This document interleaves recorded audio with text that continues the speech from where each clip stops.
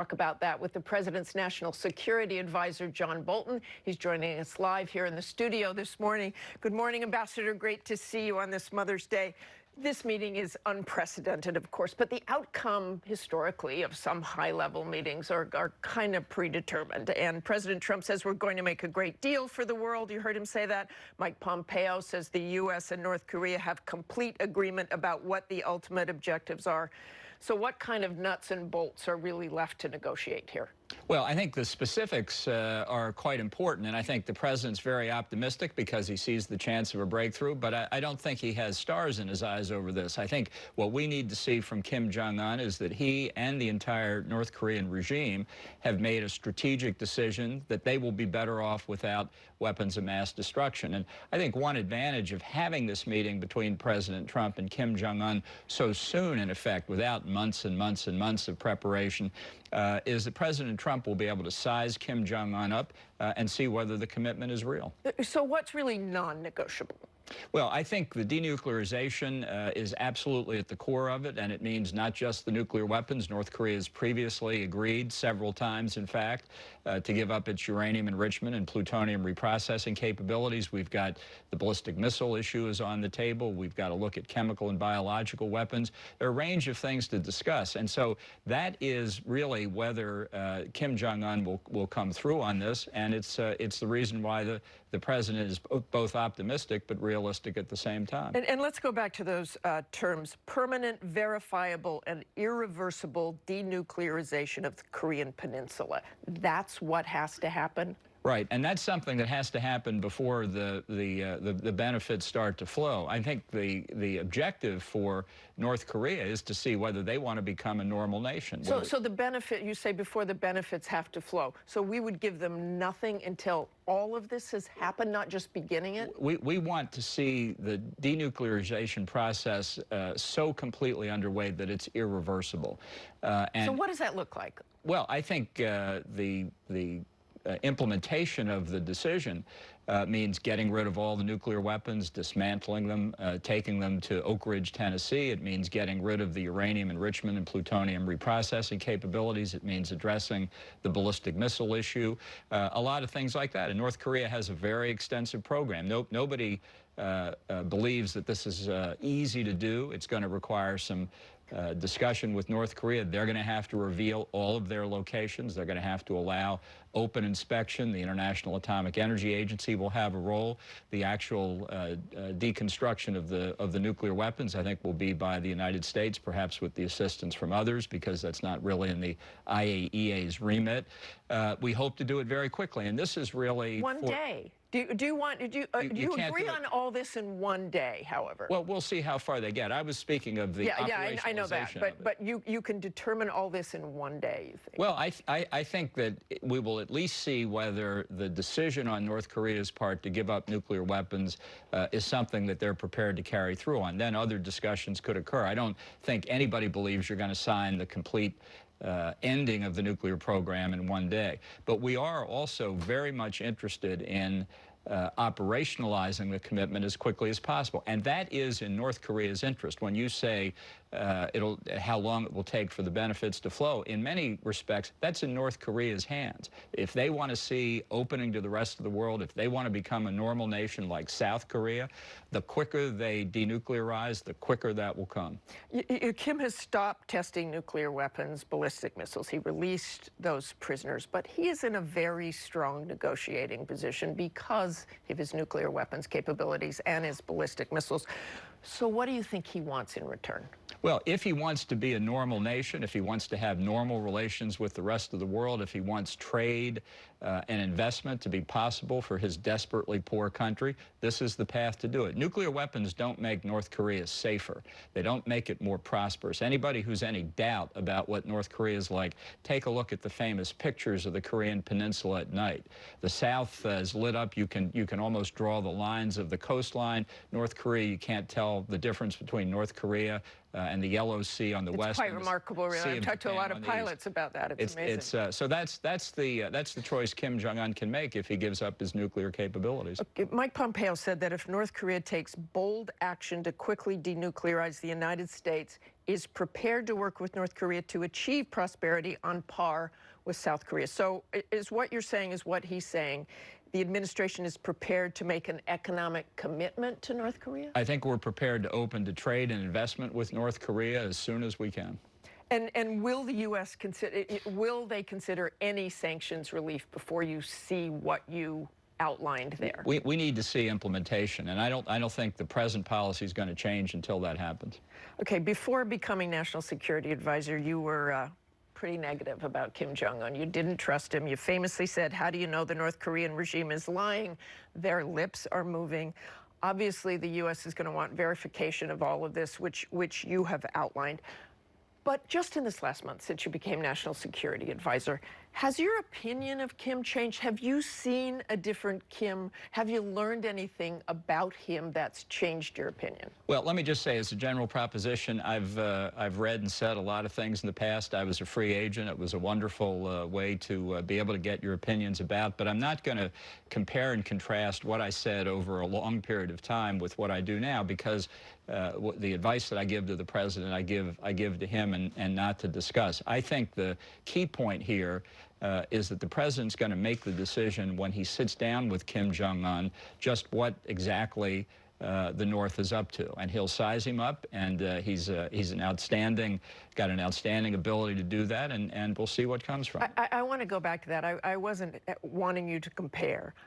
I want to know if there's anything you've learned about him, obviously not classified, but just from looking at him or seeing what actions he's taken. Is it possible that he wasn't the man you thought he was months ago, that he really does want to open up his country and change? Is he not the dictator you thought he was? Well, I suppose I could duck that by saying you really ought to ask Mike Pompeo, who's had the pleasure of meeting him twice. I don't think this is a question of psychoanalyzing Kim Jong-un. I think it's a question of what he's prepared to do concretely and operationally.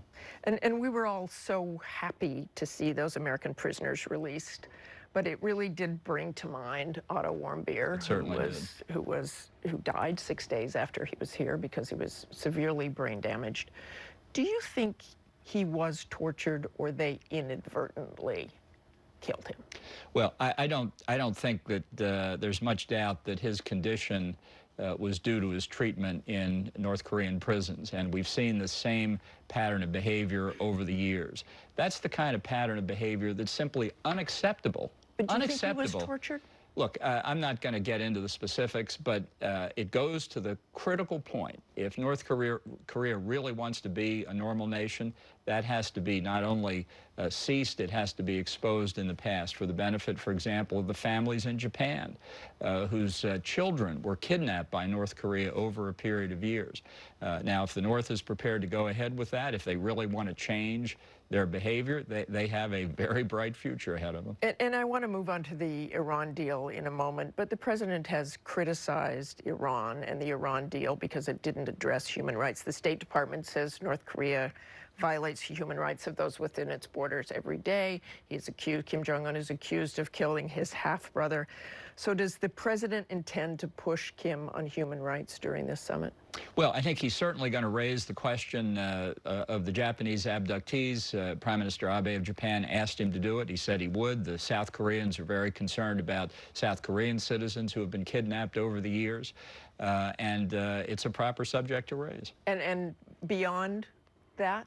Well, I think this first meeting is going to be on the critical issue primarily of denuclearization. There are other subjects to discuss with North Korea, and I think it would be a factor for American businesses, other foreign businesses, about whether they're going to be involved in investment in North Korea if the climate doesn't change. Okay, and back on that Iran deal, what parts of the so-called JCPOA, the Joint Comprehensive Plan of Action, did Iran violate in your eyes? The allies say nothing, the inspectors say nothing? Well, the inspectors don't know everything. I mean, you can't say honestly that Iran didn't violate the deal because we don't have adequate inspections. We only know the most robust in the world. Well, that's wrong. That's just simply wrong.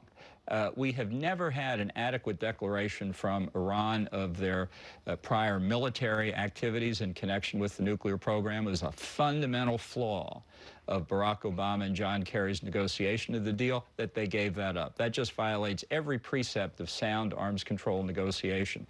Nor have we had, since the implementation of the deal, adequate, really any inspection of military facilities where the weaponization activities of the Iranians might be conducted.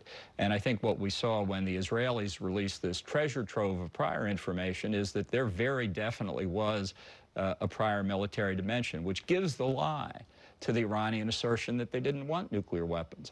Moreover, during the entire course... Which they knew when they signed this, correct? So, right. If you believe what you've just said, and if Barack Obama and John Kerry believe what you just said, they lied to the American people. Because in Resolution 2231, the 5th preambular paragraph, where it says we welcome Iran's reaffirming that they don't have any intention to have a nuclear weapons program, it was a lie at the time.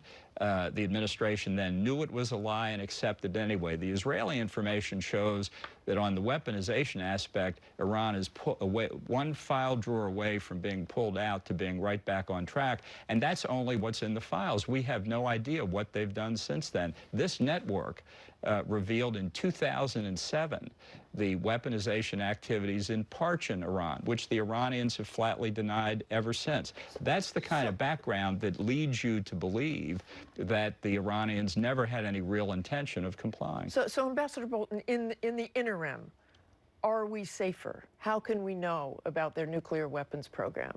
Well, I think we have inadequate information on the nuclear weapons program now. So the real answer to your question is we don't know. Since we don't know where they are now, we won't know where they are for sure in the near future. But I will tell you, if you look at the advances that Iran has made under cover of this agreement, its conventional military and terrorist advances in Iraq, in Syria, in Lebanon, in Yemen, since 2015, Iran was really on the march. They were shifting the balance of power in the Middle East until President Trump got out of this deal. Would you advocate for regime change?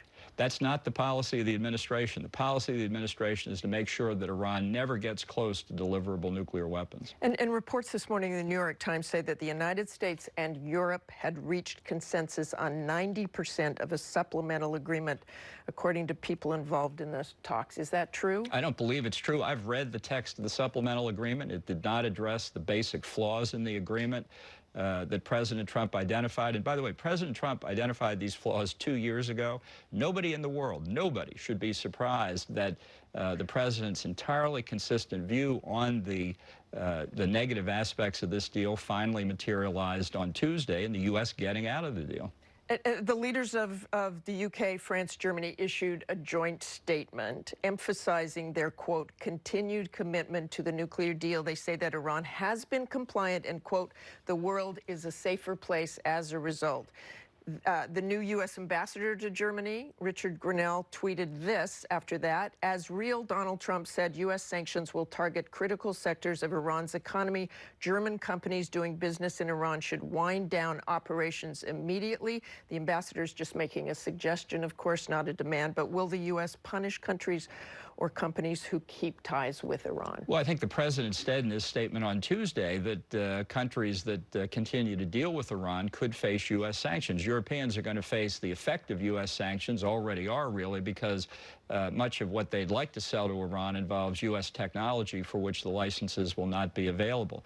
This was part of the flaw of the deal, to entice Europe and the United States into economic relations with Iran that eventually would have worked against really holding Iran accountable for violations of the deal. It's reminiscent of the saying attributed to Vladimir Lenin that the capitalist will sell us the rope with which we'll hang them. That's what's wrong with this deal. Why would any business, why would the shareholders of any business want to do business with the world's central banker of international terrorism? I want to turn to the German magazine Der Spiegel. They put a graphic up on the cover of their magazine depicting Donald Trump essentially giving our allies the finger.